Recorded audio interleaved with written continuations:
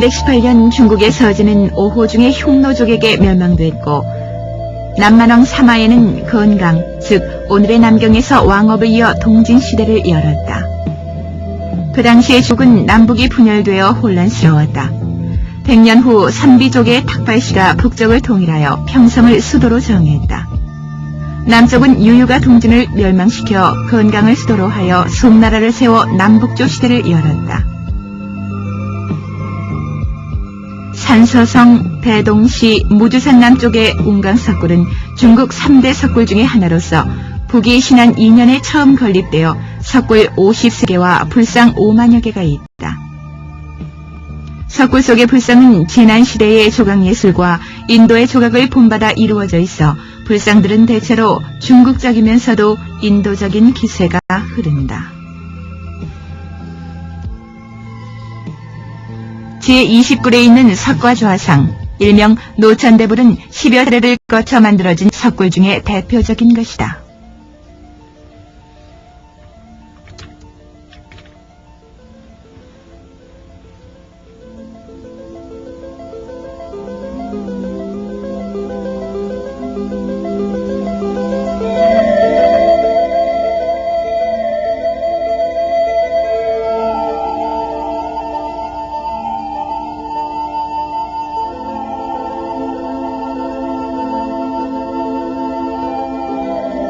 운강석굴은 건립연대가 오래되어 외형은 많이 손상됐으나 불상의 일거일동 모두가 북조시대의 불교 상황을 잘 나타내주고 있다.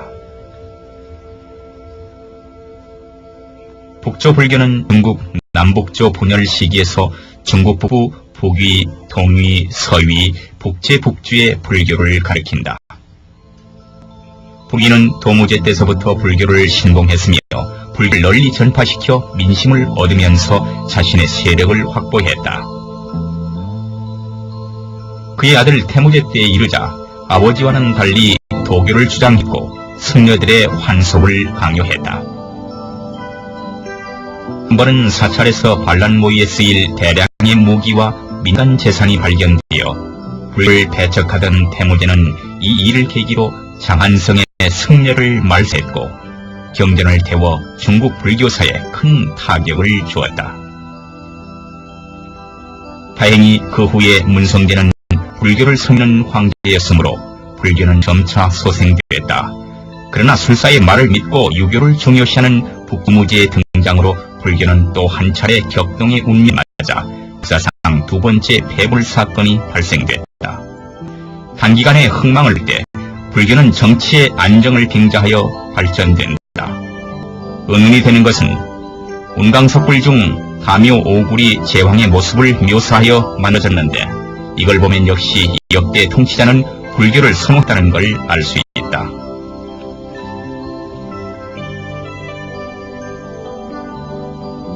그런데 왜 북위의 태무제와 북주의 무제만 불교를 거부했을까?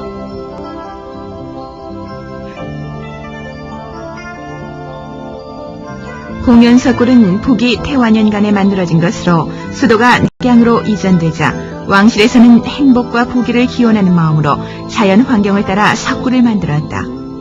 다만 그곳은 바위가 견고했으므로 석굴 한 개의 완성으로 그쳤을 뿐이다.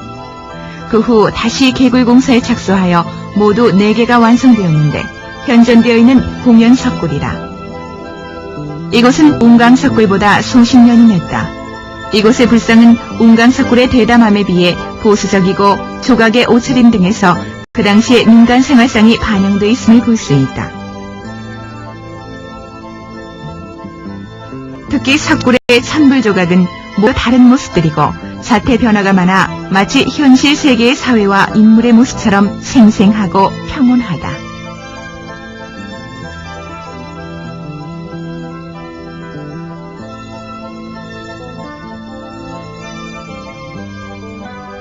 불교 예술의 창작 속에서 그 당시의 불교 발전과 불교 역사를 탐구해 볼 수 있다. 남북조 시대 때 석굴의 건립은 인도 불교의 중국화의 시작이다. 전쟁이 시달린 그 당시의 사회에서 불교는 한 톨의 정토가 되어주었다.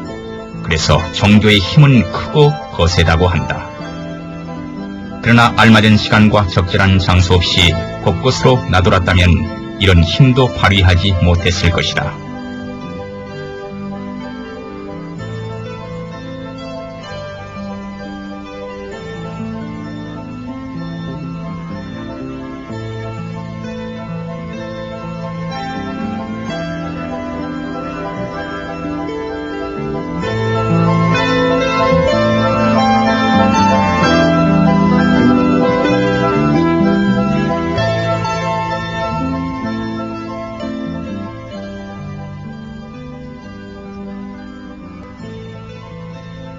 장강대교는 장강 위에 세워졌다.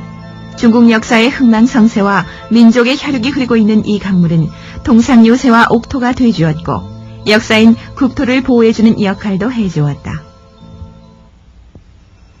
북조 불교의 부흥과는 달리 북쪽의 송, 제, 양, 진 각 나라들도 강남의 지리적으로 우월한 조건을 바탕으로 남조 불교를 조성시켰다.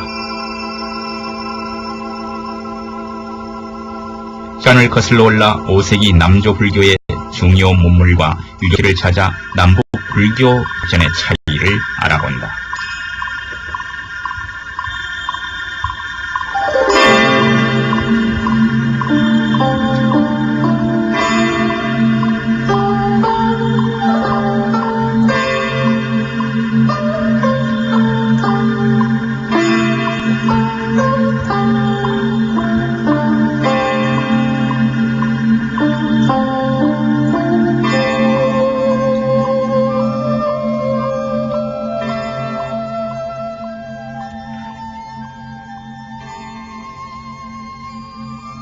남산 광화산은 진나라 영정 2년 때 복건성 부전 남쪽 봉황산에 건립되어 본명은 금선원이다.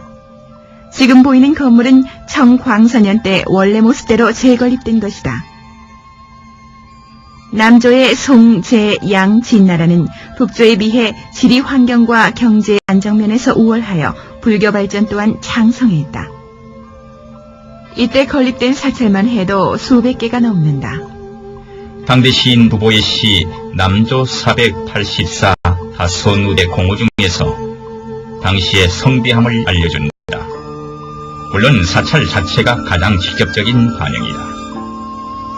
계속적으로 세워지는 사찰처럼 불교사도 계속 발전하였다. 이 방생지는 이름대로 방생을 하기 위해 만든 것이다. 방생은 불교에서 자주 행하는 의식이다. 방생은 자비와 사은을 뜻하기 때문이다. 재미있는 것은 만물 중생은 모두 자주권을 지니고 있다. 만약 만물의 영장인 인간이 그것들을 잡지 않는다면 번거롭게 방생할 필요도 없을 것이다. 물론 방생의 목적이 자비와 사은이 전부는 아니다. 많은 신도들은 교환의 신리로 선행을 베풀어 방생으로 자신의 소원이 이루어질 것이라 믿기 때문이다. 형식을 중시하는 이런 선행은 평등을 주장하는 부처님이 좋아하는 모습은 아닐 것이다. 진정한 자비는 만물을 인간과 같이 평등하고 존귀하게 대해주는 것이다.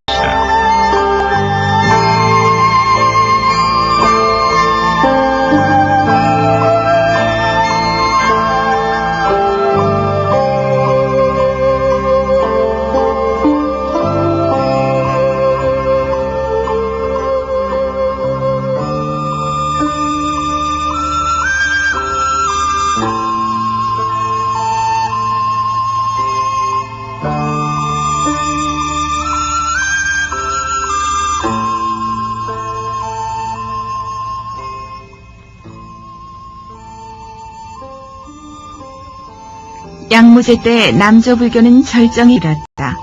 무제 자신이 독실한 신도였고 불교 발전에 심혈을 기울였다. 사원의 경제를 충실하게 하기 위해 네 차례씩이나 사원의 노예가 되어 군신들에게 1억만 전으로 자신을 데리고 가라고 했다. 왕의 명을 거역하지 못하는 군신들은 독실한 불교 신도 황제를 위해 거액의 몸값을 구해만 했다. 현재 사람들의 관점으로 볼 때 이런 행위가 어리석게만 보이지만 내가 불교 발전에 힘쓴 정성이 엿보인다.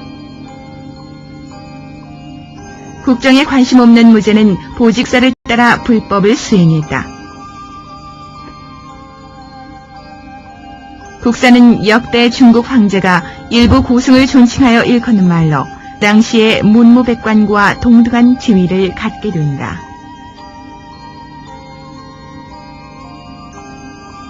무제는 경건한 불교도였으나 황우치씨는 그렇지 않았다. 그리하여 보지국사의 수행을 시기하여 여러 가지로 그를 괴롭혔다. 하루는 육식으로 보지국사를 유혹했다. 국사는 황후 몰래 음식을 버리고 계율을 지켰다. 자신의 나쁜 행위로 인해 자신은 30살에 유졸하였고 생전에 나쁜 마음을 품었던 벌로 죽어서 축생도에 빠져 큰 뱀이 되어 후회하게 된다. 한 번은 무제에게 모습을 드러내 부부의 정을 보아서 축생에서 벗어나게 해달라며 애원했다. 무제는 보지국사와 다른 고승과 모여 경건한 마음으로 차배문을 써서 큰 뱀의 영혼을 천도했다. 이 전설이 바로 유명한 경문 양대 황보참의 의뢰이다. 불교가 중국에 전해졌으나 불교 계율은 불교도 사이에서 지켜지지 않았고 명확한 계율도 없었다. 승려들은 아직도 삼정육을 먹는 습관이 있다. 자신이 살생하지 않고 자기를 위해 살생되지 않았고 살생하는 것을 보지 않으면 먹을 수 있다. 삼정육은 지의 마음에서 출발됐으나 사람의 식욕을 만족시키기 위해 생물이 희생되어야 하므로 독시한 무제는 그것을 용납하지 않았다. 또한 음주는 이성을 잃게 하고 정신과욕의 수행을 방해하기 때문에 양무제는 단주육문을 발표하여 신들의 음주와 육식을 엄금했다. 단주육문의 추진은 이후 불교사에 큰 영향을 끼쳤다. 계명사 사원 앞에는 시식단이 있다. 옛날 이곳은 전쟁터이자 원대의 형장이었다. 명대 때 승려에게 단을 세워 시식하여 영혼을 천도했다. 절 동쪽에는 연지정이 있다. 진우주가 2명의 빙비와 피난할 때 이 우물 안에 숨었다고 한다. 후에 병사에게 발견되자 그를 줄로 끌어 올렸다고 한다. 이때 빙비의 연지가 우물에 묻혔는데 이로 인해 이 정의 이름이 유래된 것이다.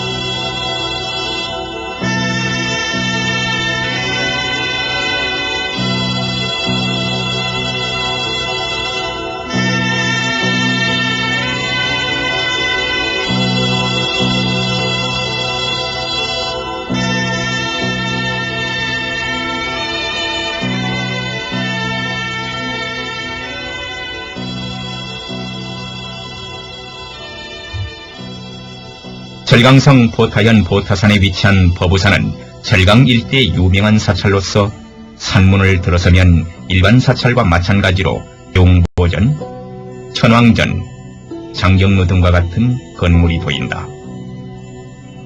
특별한 것은 법우사 앞에 있는 해회교인데 다리에 서면 바다의 경치를 한눈에 바라볼 수 있다. 법우산은 바닷가에 있기 때문에 인근의 어촌 주민이 찾는 사찰이 된 것이다.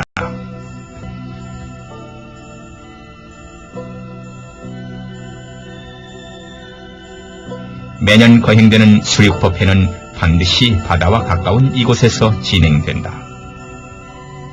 수륙법회는 양무제 때부터 시작됐고 수륙회 또는 수륙도량이라 불려진다. 중국 불교의 경찬법사 중에서 중요 행사 중 하나로 양무제와 양황보참과 그리고 당대밀교와 명대무차대회가 결합하여 발전된 것이다. 수륙법회는 상중하 3계로 나누어 제를 올린다. 상계는 법계 여러 불과 보살에게 공양하고 존계는 범왕 제석 28천, 일체 존신들에게 공양하고 하계는 오악하요와 대지용신 그리고 왕고인륜 아수라무리, 명관 권속, 지옥중생, 무주 유혼 등에게 공양한다. 이 법회 중에서 불도를 이루지 못한 자는 불도를 이루고 윤회 가운데 빠져 사색 육도를 헤매는 중생은 고통에서 초탈하게 된다. 일반적으로 수륙법회는 보통 7일 밤낮으로 진행된다. 수륙도량은 내외단으로 구분된다. 외단은 6개의 단장이 있고 큰단 24명은 양황보참 경문을 예배하고 단 7명은 기타 경문을, 법화단 7명은 묘법 연화경을 음송하고, 정토단 7명은 아미타불의 명호를 칙념하고, 법화단 2명은 대방 광불 화경을 조용히 독성한다.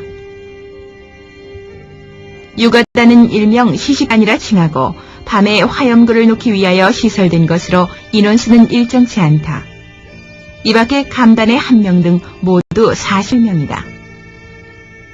이 같은 방대한 행렬은 모두 고승대덕으로 구성되어 있고 좋은 서원을 지니고 참석한 선남 선녀수는 헤아릴 수조차 없다.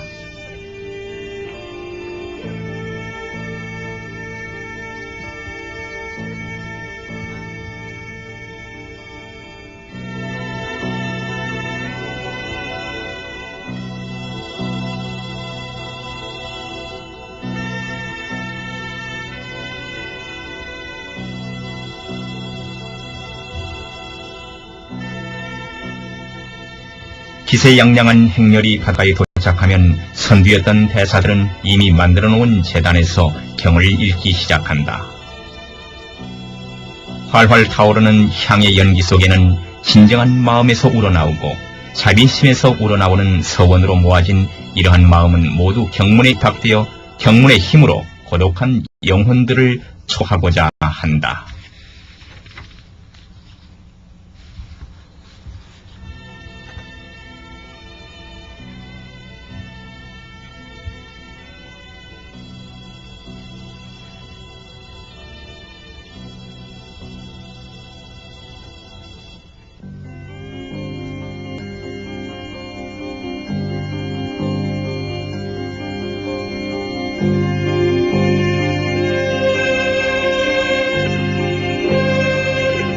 산서성 회원사에서 매년 음력 7월달이면 초도 대회가 열린다. 예단 법사는 장엄하게 구성됐고 고승들은 각종 찬문을 읽는다. 법사의 내용은 매일 다르며 그 의미도 매일 달라 조금의 허술함도 허용되지 않는다. 왜냐하면 하나하나가 부처님에 대한 경의이며 신들의 자비스러운 마음이기 때문이다. 데뷔 전에 모셔둔 천수천한 보살은 이 성선사의 특색이다. 불단 위에 서 있는 보살은 넓은 시야로 중생을 살피며 자비한 용모에서는 구세의 마음이 우러난다. 중생을 착한 길로 인도하는 마음은 마치 절의 이름과 같이 사람을 선의 경지로 들어와 활동하게 하는 것이다.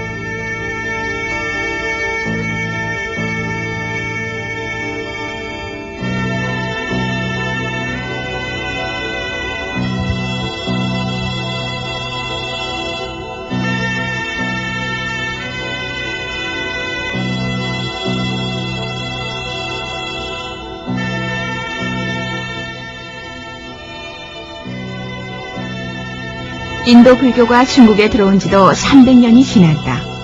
이때에는 불교 교파는 아직 성립되지 않았으나 삼론종과 선종은 이때 싹트기 시작했다. 그들의 조사 승랑과 보리달마는 모두 당시의 유명인사였다. 강소성 남경시 처하산에 위치한 처하산은 남제 영명 원년, 즉 서기 483년에 지은 것으로 중국의 유명한 고찰 중의 하나이다. 남조 송태신년간 은사 명승소가 이곳에 살았고 지도화상과 가깝게 지냈다. 나중에 명승소는 자신의 거처를 처화정사라 이름지어 지도화상을 주지로 모셨는데 이곳이 처화사의 전신이다. 삼론종 학자 승랑이 일찍이 이곳에서 교의를 전파하면서 삼론종이 점차 발전되었다. 삼론종은 용수의 중간론과 십이문론, 백론 등 삼론을 조정으로 세웠기 때문에 삼론종이라 칭하였다. 인도에서는 용수가 시조였으나 중국에 들어와서는 구마라습이 제자 승조에게 전하고 다시 승랑에게 전해지게 되었다. 승랑은 남북조 시대 용동을 거쳐 관중에게 전해주었고 관중은 다시 남쪽의 처하사에 도착해 연구와 포교에 전념하였다. 삼론종은 유소득, 신료, 실무의 편견을 거치고 대승에서도 무소득 정광견을 주정으로 말한다 했고 열애가 말하는 현교에 대해 좋고 나쁨을 평론하지 않는다.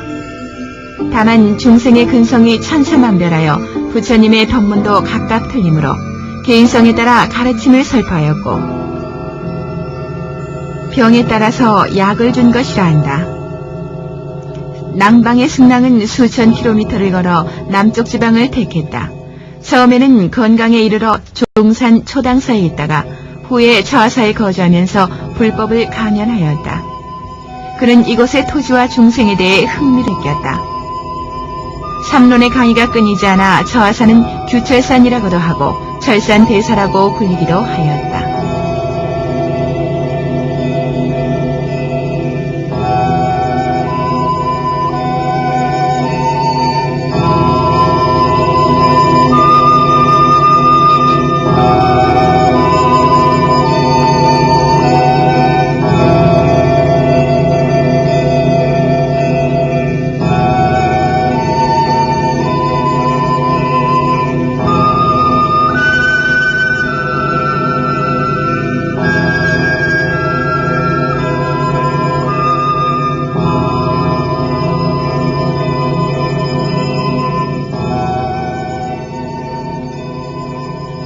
영암산은 산동성 장청현 대산 서북부에 있다.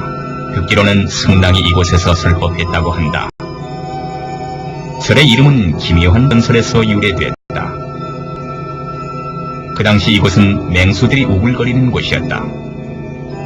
승랑의 설교에 맹들도 항복했고 의조차도 뜻을 헤아릴 수 있게 됐다고 해서 영암사라 부려진 것이다. 이곳은 천태국정사, 강릉옥천사, 남경 처하사와 더불어 천하사원 사절이 불리운다. 여대 수리를 거쳐 더욱 장엄해졌다. 앞에는 계곡, 뒤에는 청산의 아름다운 경치 사이에 있는 묘탑림은 당대로부터 시작한 역대 고승의 묘가 모여있다. 역대 세운 묘탑은 셀 수 없을 정도이다. 묘탑은 석탑으로 건됐고 연대가 일정치 않으나 매우 고전적이다. 어떤 것은 10자의 높이에서 한자의 높이까지 원형, 사각형 또는 팔각형으로 되어 있다. 묘탑마다 여러 도안이 새겨 있어 그 형태가 매우 아름답다. 세계 제일명소는 천불전안의 40개 재생리소인데 상면에는 둥근 모양으로 되어 있어 이 흙으로 만든 상등은 실제 인물들인 고승들의 모습들이다.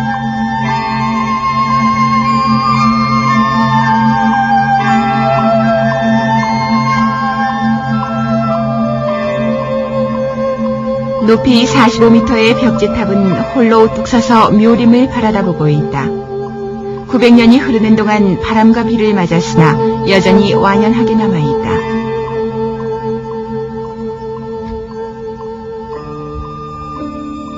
산동의 영암사와 남경의 처하사는 남조 불교의 융성을 나타내준다. 남북조 불교의 특색은 사회적 배경과 경제적인 차이로 결정된 것이다. 북조는 전쟁으로 생산력을 파괴당해 경제력이 남조보다 뒤떨어져 북조 문인들의 문화 수준 또한 남조에 미치지 못했다.